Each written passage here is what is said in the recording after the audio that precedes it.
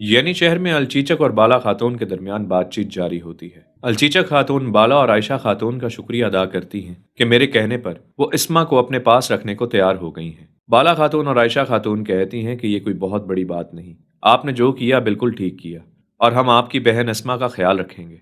अब आपको उसके हवाले से फिक्रमंद होने की जरूरत नहीं। फिर आयशा खातून अलचीचक से कहती हैं कि आपका कोई कसूर नहीं और खुद को कोसना बंद करें, बहुत जल्द सब ठीक हो जाएगा। फिर आयशा खातून अस्मा खातून से कहती हैं कि आप मेरे साथ हैं, मैं आपको आपका कमरा दिखाती हूँ। फिर अलचीचक वहां से जाने लगती है तो बाला खातून अलचीचक को आवाज देकर रोक लेती हैं और कहती हैं, क्या आप अभी भी उन लड़ाका खवातीन का हिस्सा बनना चाहती हैं जो काइयों की तरफ से लड़ा करती हैं? अलचीचक खातून मुस्कुराकर हाँ में जवाब देती हैं। इतने में वो सिपाही जो बाजार का मंजर देखकर आया होता है वो आकर बाला खातून को बताता है कि तिजारती काफलों के रुक जाने की वजह से बाजार के अंदर हुजूम जमा है। इस्मान सुल्ताना की तरफ से भेजा गया वो मुनाफिक शख्स वहां पर मौजूद तमाम तर ताजिरों को भड़का रहा होता है। वो कहता है कि अगर उस्मान साहब यहाँ से चले गए हैं तो क्या पिछले लोगों ने इर्द गिर्द के किलों के अंदर होने वाले मुआहदे को तोड़ दिया है? ऐसा क्यों हुआ है कि वो तमाम तर तिजारती काफले जो रोजमर्रा यहाँ आया करते थे वो अचानक से रुक गए हैं? अभी वो ये कह ही रहा होता है कि बाला खातून एकता मूर के साथ वहां पर पहुंच जाती हैं और उसको रोकते हुए कहती हैं कि जब सरदारी कमरे में हमने आपको यकीन दहानी कराई थी कि कुछ ही देर में तिजारती काफले यहाँ पर आना शुरू हो जाएंगे और आपको ये कहा था कि आपको सब्र से काम लेना होगा, तो आप यहाँ पर क्यों हंगामा और तमाशा करते हुए दिखाई दे रहे हैं? बैकर बे जवाबन कहते हैं कि अगर हमने मजीद सब्र किया तो हम भूख से मर जाएंगे क्योंकि कहत साली हमारा इंतजार कर रही है। बाला खातून जवाबन कहती हैं कि अगर दो काफले नहीं आए तो इसका मतलब ये है कि यहाँ पर कहत साली हो जाएगी।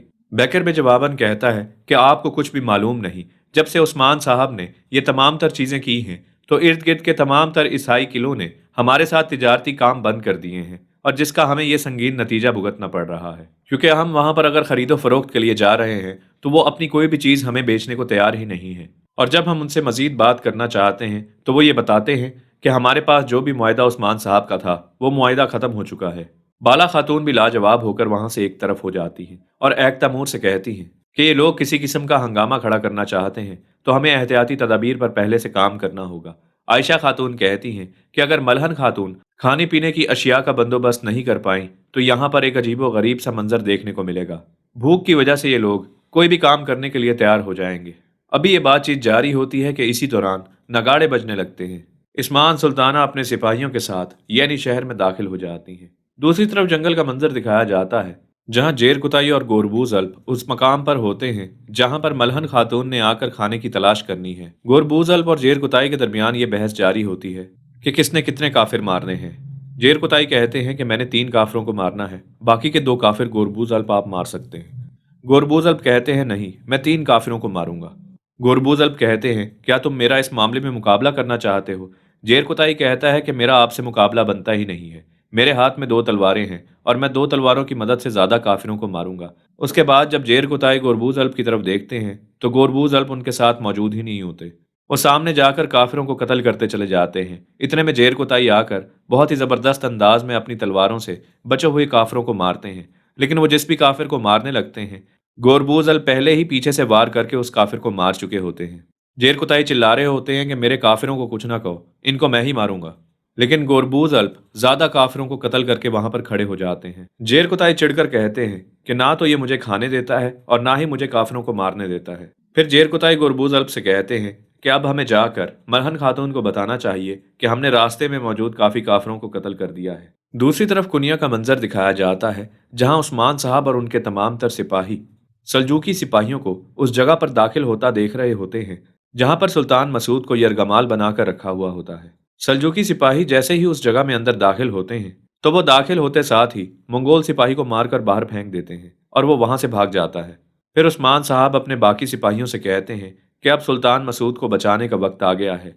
हमारा हदफ बस ये है कि हमने सुल्तान मसूद को जिंदा सही सलामत यहाँ से बाहर निकालना है और अगर लड़ने की नौबत आई तो उसी अंदाज से लड़ेंगे जैसे पहले हम दुश्मनों से लड़ते आए हैं।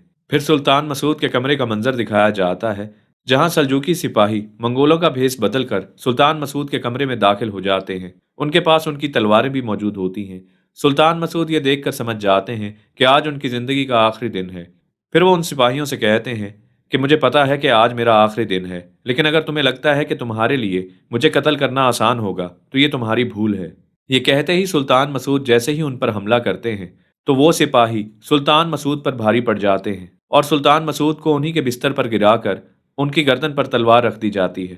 وہ منگول سپاہی جیسے ہی سلطان مسعود کی گردن میں رسی ڈال کر کھینچنے لگتا ہے تو باہر عثمان صاحب دروازے کو لات مار کر وہاں پر موجود تمام تر سلجوقی سپاہیوں اور منگولوں کے ساتھ لڑنا شروع کر دیتے ہیں۔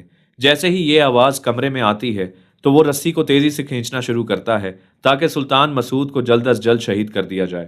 عثمان صاحب اور ان کے سپاہی بہت ہی زبردست انداز میں وہاں پر لڑتے ہوئے دکھائی دیتے ہیں۔ برہان الب بھی بہت زبردست انداز میں ایک کے بعد ایک کافر اور منافق کو قتل کرتے چلے جاتے ہیں۔ پھر عثمان صاحب اور برہان الب اس کمرے میں داخل ہو جاتے ہیں جہاں سلطان مسعود کے اوپر وہ دونوں شخص سلطان مسعود کو شہید کرنے ہی والے ہوتے ہیں کہ اسی دوران عثمان صاحب اور برہان وہاں داخل ہو کر ان دونوں کو قتل کر دیتے ہیں۔ پھر عثمان صاحب سلطان مسعود کے پاس جاتے ہیں اور پوچھتے ہیں، کیا آپ خیریت سے ہیں؟ آپ ٹھیک ہیں؟ سلطان مسعود کہتے ہیں کہ تم نے میری زندگی بچانے کی کوشش تو کی ہے، لیکن وہاں پر موجود تمام تر لوگ یہی سوچیں گے کہ تم ایک غدار ہو۔ عثمان صاحب جواباً کہتے ہیں کہ یہ کیا گھبرانے کی بات ہے، کتنی ہی دفعہ میرے پر یہ الزام لگے ہیں اور آپ مجھے یہ بات کر رہے ہیں، کیا آپ پر یہ الزام نہیں لگا؟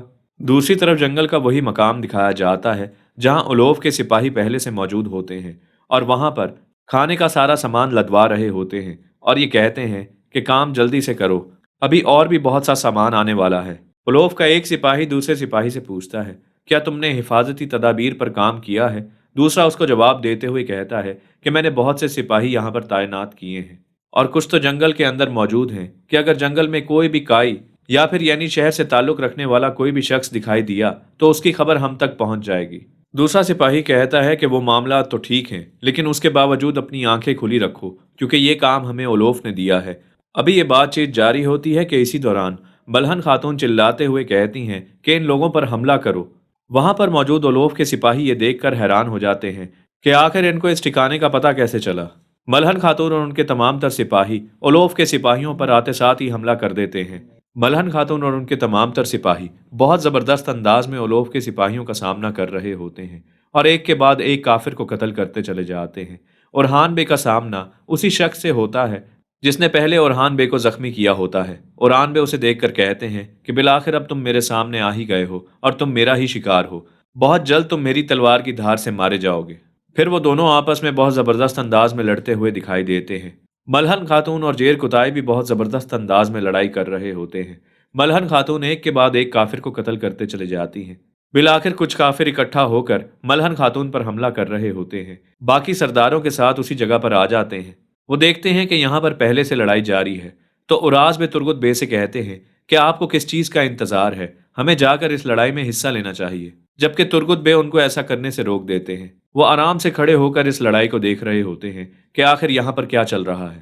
بالآخر جب وہ یہ دیکھتے ہیں کہ اولوف کے سپاہی ملہن خاتون پر بھاری پڑ رہے ہیں تو ترگت بے آ کر اولوف کے سپاہیوں کو قتل کرنا شروع کر دیتے ہیں۔ ترگت بے جو کہ آ کر ملہن خاتون کی جان بچاتے ہیں، لیکن ملہن خاتون ان کو کہتی ہیں کہ آپ نے غلط انسان کی جان بچائی ہے کیونکہ آپ کے ساتھی تو یہ ہیں جن سے ہم لڑ رہے ہیں۔ ترگت بے جواباً کہتے ہیں، میں ہر اس شخص کے خلاف ہوں اور ہر اس شخص سے لڑوں گا جو ترکوں کے خلاف ہے۔ ملہن خاتون کہتی ہیں کہ نہیں، آپ کا مقصد صرف وہاں پر کھڑا ہو کر لڑنا ہے جہاں پر آپ کو کچھ نہ کچھ حاصل ہو جائے۔